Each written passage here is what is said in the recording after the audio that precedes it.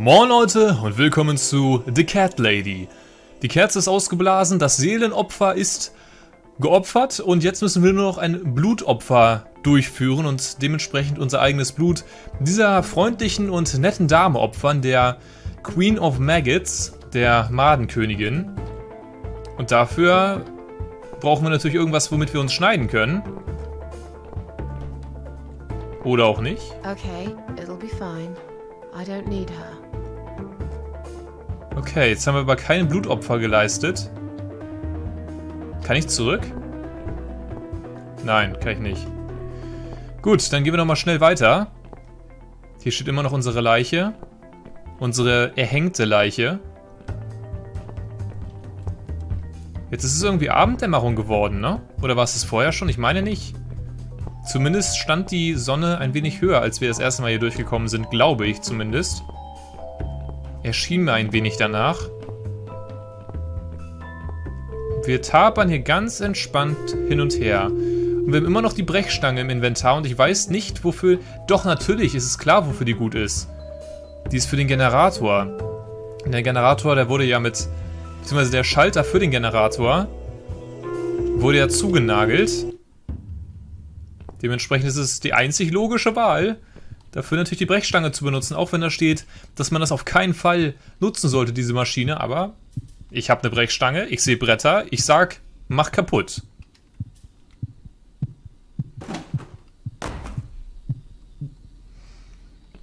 Oh, das ist ein richtig schönes, ekelhaftes Loch, wo man unbedingt reingreifen möchte. Auf dem Schild darunter steht Notfallstrom, Schalter Gefahr. Ja, genau, Gefahr. Es ist dunkel im Inneren. So viel Blut um das Loch. Wurde hier jemand verletzt? Ich glaube, das ist dann wohl das Blutopfer, schätze ich mal stark. Deswegen auch Gefahr. Dann opfern wir mal unser Blut.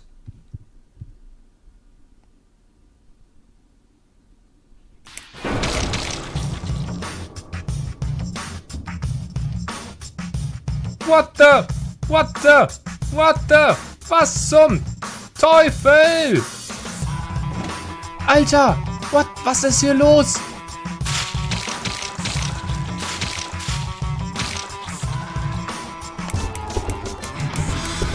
Hey, Maschine funktioniert, herrlich! Yay! Kann ich jetzt raus? Ich will meinen Arm zurück, verdammt nochmal! Oh, ich darf raus. Und ich bin nicht draußen. Musik von Mika Meek. Oder Maike Mike. Oder Maike Meek. Oder Mika Mike. Ja, was? Mann, verdammt nochmal! Mein rechter Arm! Ich bin doch Rechtshänder! Ich muss doch noch schreiben und... Keine Ahnung, was man halt so mit rechten Armen macht. Interface-Programmierung von James Spanos. Und schon wieder so geile Musik! Wo... Ich brauche, keine Ahnung, einen Arzt, einen Doktor, einen Eisbeutel. Kunst und Programmierung von R. Michalski, den kennen wir ja gut. Sehr guter Mann! Alter! Ins Licht!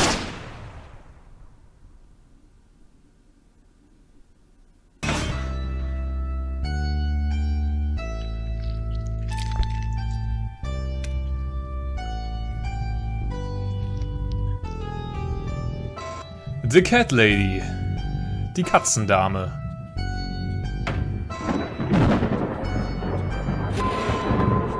The Cat Lady. Die Katzendame. Wie gesagt, ich wiederhole mich. Das war wohl der Prolog, Kapitel 1. Genau. Kapitel Nummer 2. Ich kann es kaum erwarten. Der erste Atemzug. Yes, I do enjoy fine art. Thank you for noticing. There's a certain raw beauty to it that modern painters often fail to recreate. I always wanted to be an artist myself, but it'll be a long time before I can call myself that.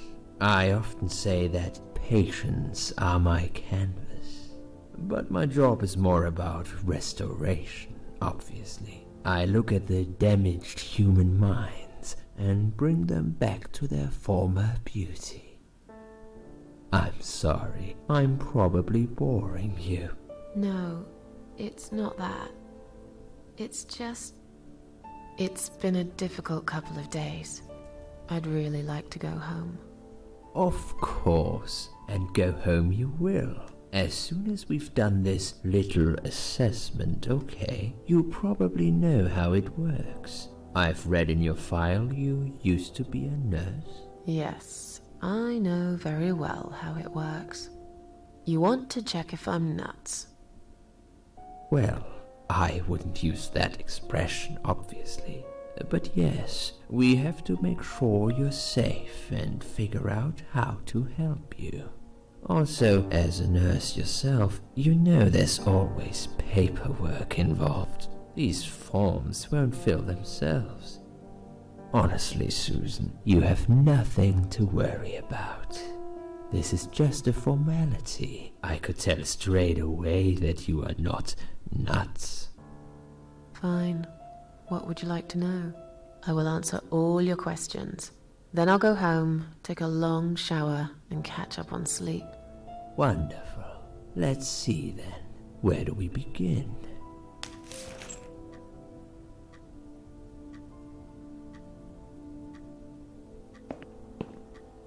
She's awake, Doctor. Good evening. It's good to see you awake at last. You're in the Cedar Lake Hospital. My name is Andrew. I'm one of the doctors. Would you confirm your name for me, please? Okay, Moment mal. Sekunde. Wollte uns das Spiel gerade suggerieren, dass wir die ganze Zeit nur in der Therapiesitzung sind? Das wäre mir jetzt ein bisschen zu einfach, ehrlich gesagt. Und liegt es an mir oder war der Doktor extrem strange gerade? Der hat so, ich und meine Patienten, ich würde sagen, sie sind meine Leinwand. Ich weiß nicht, der kommt mir sehr suspekt vor.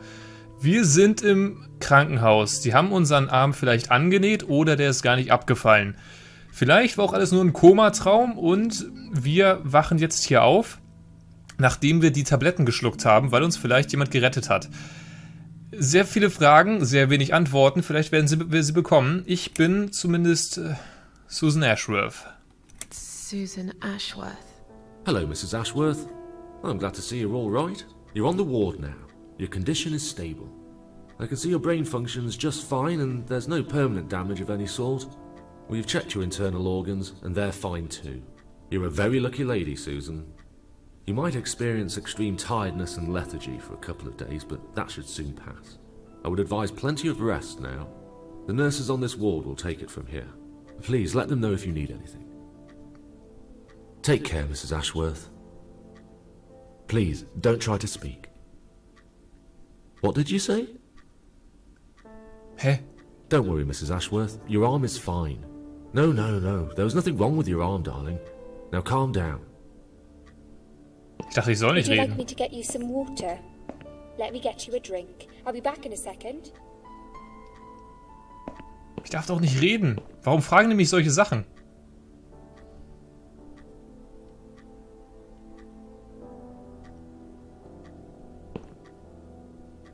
Seltsame Ärzte. Seltsame Krankenschwester. Okay.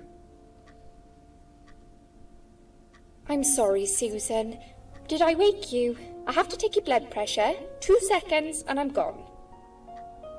My name is Liz, by the way. Tag. I'm sorry. I know this isn't very nice. Believe me, I hate waking people up just for this. But being a nuisance is part of my stupid job, unfortunately. Oof, I hate this place. Tell you what, Susan. Can I call you Susan? So anyway, I shouldn't say it, but you know I'm going to anyway. You are so lucky. It's crazy. You doing what you've done, Guck mal and die her Zahl walking in, auf dem EKG. seeing what she saw. That was a chance. 1 in a million. I'm not making any sense Der again, Blutdruck, am I? der geht runter. I'm tired. They're working us to death here, you know. Modern day slavery. One day I'll tell them what I really think. I swear I will. You can prove it. Mit der Puls war das. Fine. I'll give you a second Oder der chance. Blutdruck? Ich weiß You've got nicht. the blood pressure of an 18-year-old. Doch, der Blutdruck. Just wanted to say you're lucky, I think. And that I hope you've changed your mind about some things. Got to go, but I'll see you later. You take care, sweetheart, yeah? Was, eine Lavatasche?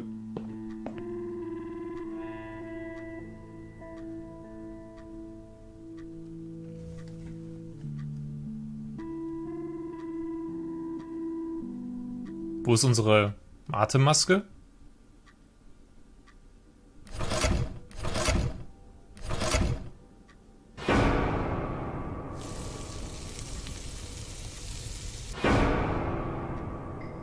Was ein schöner Traum.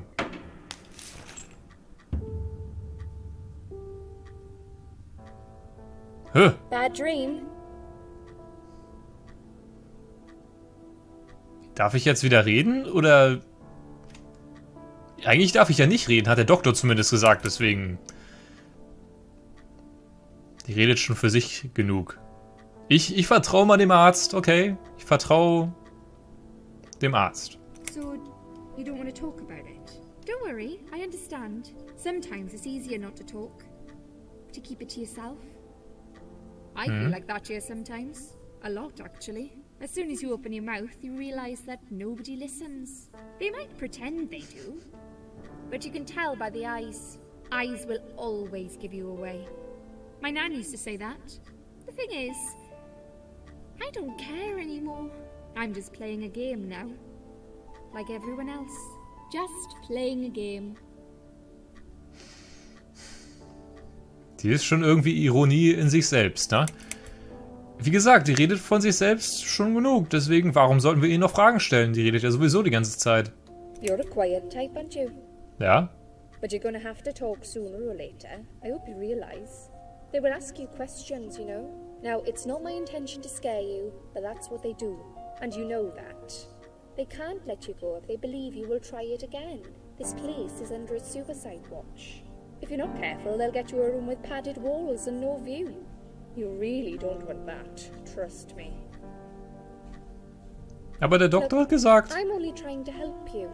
I know a way to avoid all this. I could give you a hand. I could help you go home. It's up to you. Oh.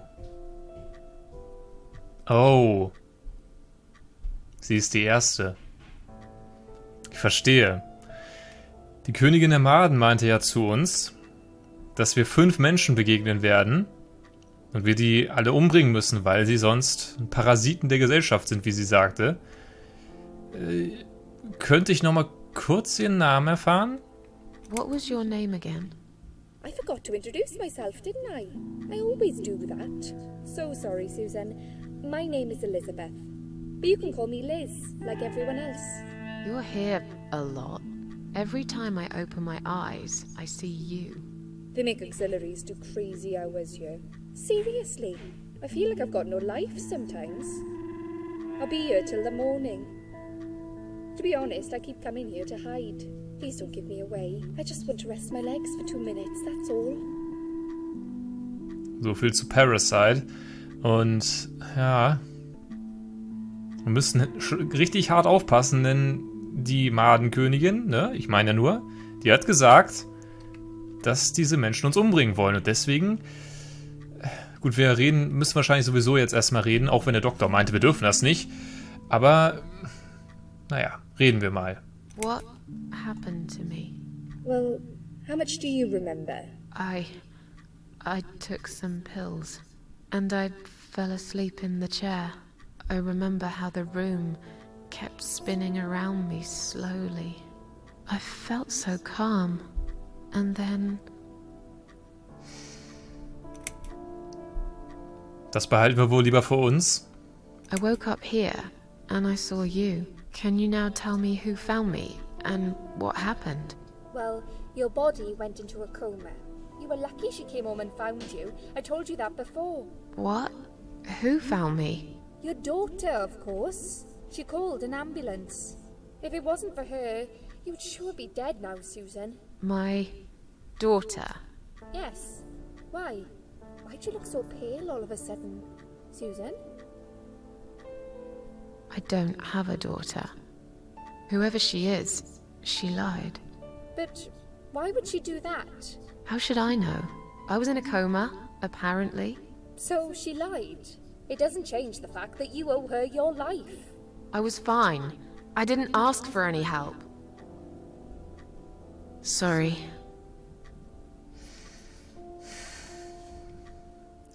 Diese Krankenschwester, die finde ich zwar ganz freundlich, aber ich glaube wirklich... Also ich passe haarscharf auf, weil ich bin mir ziemlich sicher, dass sie die erste Person sein wird, die die Madenkönigin als solche bezeichnet hat. Wann kann ich denn wieder gehen? When will they let me go home? I'm not sure. Probably not today. Maybe tomorrow. Look, I shouldn't say that, but you seem like a nice person. I feel like I should warn you. There's this doctor here. They call him Dr. X. He's a chief of psychiatry in this hospital. You won't be able to go home until he's talked to you, and he's really good at getting into your head. You know what I'm saying? He will ask you a lot of tricky questions. But he's a really great guy. You should trust him. Okay, dann,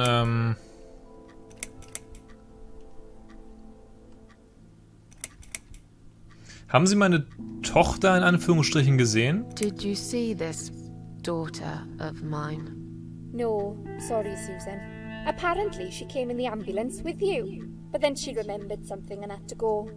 I think someone mentioned she went in quite a hurry. Of course she did. She was worried I'd ask her what she was doing in my flat. Saving your life? Do I really have to give her a benefit of the doubt just because of that? One would assume so. That girl is a hero. Maybe real heroes always leave before their identity is revealed. Or she was a burglar, attempting to steal from me. That's a possibility too. Have you got anything very precious in your flat? Maybe. Ist natürlich eine Frage, auf die man nicht unbedingt sehr ehrlich antworten sollte. Dieser Dr. X, das ist doch bestimmt ein ganz toller Mensch, oder? Tell me more about this Dr. X. His name is Xavier Zellman, but everyone just calls him Dr. X. Dr. Xavier! He comes on the ward often, Na gut, er war Professor. usually late in the afternoon or in the evening. I personally really like him, but you hear all sorts of stories in a place like this, you know. I don't know what to believe anymore. All I know is he's been very friendly and supportive. Some doctors won't even say hello to you, but Dr. X usually stops and asks how I am. He knows I have some problems. He can see I'm not happy here. He actually offered me some free weekly sessions. I think I might take him up on his offer. What are they saying about him? Oh yeah, they say he's a big flirt. Nurses, cleaners, patients. He doesn't care, as long as they're wearing a skirt. One girl I knew, Linda, I heard they had an affair. Stupid girl. Well, she left, and I never saw her again. Now why do you think that is? Dr. X got her knocked up. They covered it up and quietly got rid of her. Probably paid her some money. I don't know how these things work, but it must have been enough to shut her up. I bet he'll be more careful now. But I can't really say a bad word about him, personally. Well, one thing. Maybe. Don't laugh, okay? He's got a weird smell. What do you mean? He smells funny. I don't know. Maybe it's just bad aftershave. Or maybe it's something he eats. Oh, thanks for the warning. I'll try not to get too close to him. Now that I think about it, there's something else too. I'll tell you this, Susan. He starts talking to you, and you just open up and tell him everything. It's very odd. I don't exactly hide things from people, but he got some really private stuff out of me. Really private. You know what I mean? Things I wouldn't tell my mother about, and we haven't even started those sessions yet. So, be prepared for that. Sure, but it's a bit too late for me to hide how I feel now anyway. I think I made it very clear when I swallowed those pills. Ja, das haben wir dann wohl. ich finde es gerade ziemlich krass, dass ich komplett paranoid bin in diesem Spiel und glaube, dass jeder irgendwie einer von diesen Parasiten ist. Entweder sie oder dieser Dr. X. Ich glaube nicht, dass es der andere Doktor ist, den wir eben gesehen haben. Der ist zu kurz vorgekommen. Naja, ich würde mal sagen, How long have I been here? I was told you arrived at the hospital at 7 in the evening. You had a cardiac arrest in the ambulance. They had to resuscitate you. Your heart stopped beating for nearly a minute, but they managed to bring you back.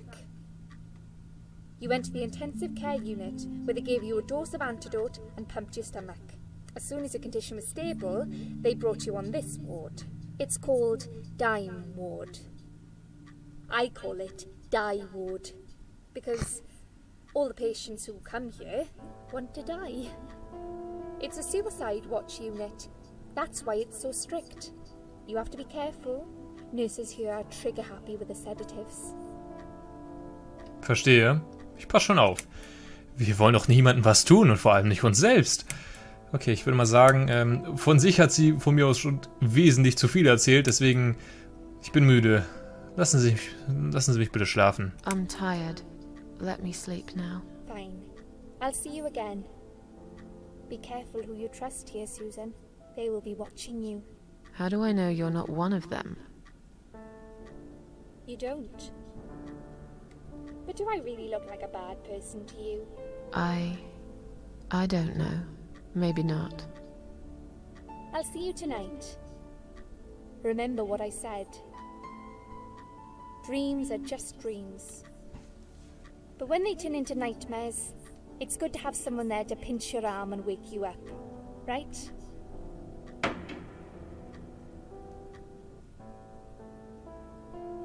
We'll start with a little chat about your childhood. I want you to be as honest as possible. It's important if we want to get to the bottom of your problem.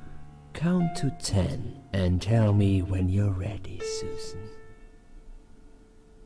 Okay, Freunde. Bevor wir bis 10 zählen, das ist Dr. X, das habe ich mir schon gedacht und der ist auch genauso ekelhaft, wie er beschrieben wurde, ehrlich gesagt. Ob der riecht, weiß ich natürlich nicht, aber der sieht zumindest so aus, als würde er das tun. Ich würde aber sagen, für heute reicht es dann erstmal. Ich bedanke mich fürs Zuschauen, wünsche euch noch eine wunderschöne Zeit. Bis zum nächsten Mal und wie immer, bye bye.